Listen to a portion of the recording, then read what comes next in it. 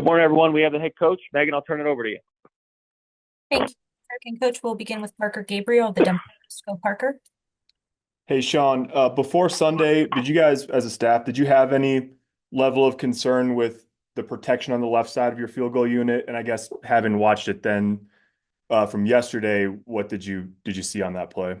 Look, I think fair question, and we're constantly each week making corrections, making not just with the field goal unit, with the offense, with a certain protection, with a certain coverage, and so and look, when something like that happens, and it's not the first, like it could be a trick play or it could be whatever.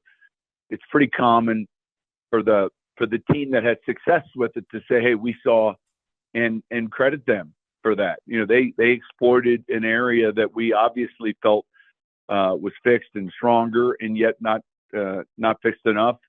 And so, look, I read all the comments afterwards, and I think that look, that it's tough to lose a game that way. And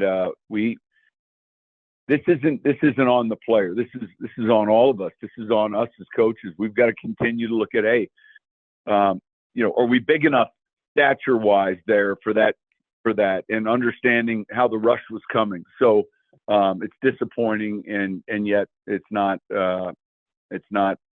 something that's new when a big play is made at the end of a game. Zach Stevens, DNVR. Hey, Coach, you called Bo Nix's performance yesterday gutsy. After looking at the film, how did you feel like he and the offense performed yesterday? Yeah, early on, I felt we especially into the second quarter, obviously had 2 touchdown drives. Third quarter, we stalled. We had chance for points at the end of the half. We missed a real open read at midfield to put us in field goal range. That was disappointing. And then the third quarter, we didn't have the time of possession we were looking for. The rally drive at the end was good. So, look, there's you're playing a good team. We felt third down was going to be important in that game if all things were even. And what I mean by that, assuming that there were no turnovers, and that was the case yesterday. And then when you look at the third down numbers, we were good in that area. So, we played that team better than we've had in the past offensively with what they do. And we had some scoring opportunities, certainly at the end of half, that we didn't take a good enough advantage of. Mike Kliss, 9 News.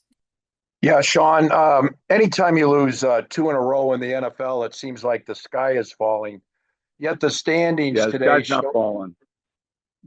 Yes, and I was going to say that the standings show that you're still in playoff position for that. You're holding that number 7 playoff seed.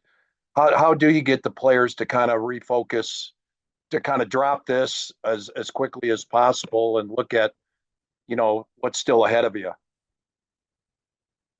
Well, there's a lot ahead. Obviously, we've got 8 games. I mean, I don't know how many games left. So I think this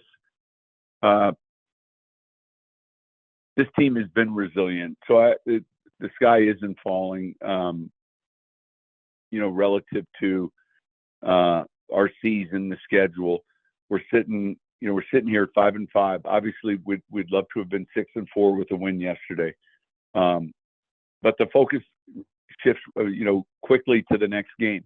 I like the leadership on this team. Someone asked about that yesterday. It's an entirely different team than a year ago. It's tough. It's tough mentally and physically. And we've got to have a good week of practice here coming up for Atlanta. But overcoming a tough loss, when you talk to the players about that, you tell them that, hey, that's going to happen periodically in your career, and you hope that you have a few of those games that maybe you thought you didn't deserve to win that you did win. And you've got to bounce back either way. Nick Kosmider, The Athletic.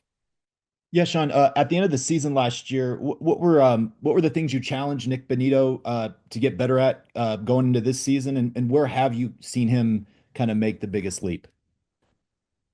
Well, he certainly made the leap. He's getting more snaps. He's getting more pass rush snaps. I think the key for Nick was playing the run at him. He's at the right weight right now. He's a guy that plays with real good bend, and he can bend, torque his body.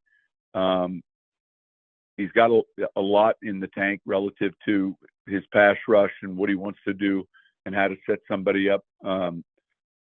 So he's really helped us. Eric DeLalla, DenverBroncos.com. Coach, I know we asked you about Audric yesterday after the game, but after looking at the film, how did you think he handled the increased workload, and what did you think of the run game overall? Yeah, I thought he ran well yesterday. I thought Mims, gave it some juice as well. Just trying to find different roles, different ways to utilize, these players.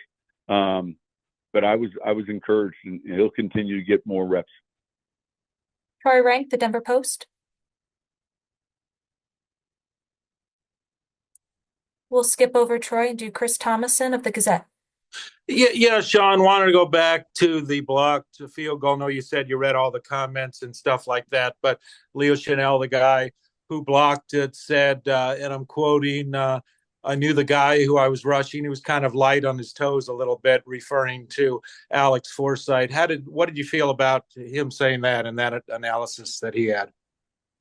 Yeah, it's back to exactly what I just said. I mean, when we see a corner that feels like he's jumping on an out and up, we feel like he's back on his heels. When we see a safety that plays who had, they felt like they had an indication relative to how his weight was balanced. That's all of that is game planning, scouting, and then it's us coaching and looking at the self scout. But again, it's nothing new. Coach, that appears to be all the questions we have for you today. Thank you. So much for joining.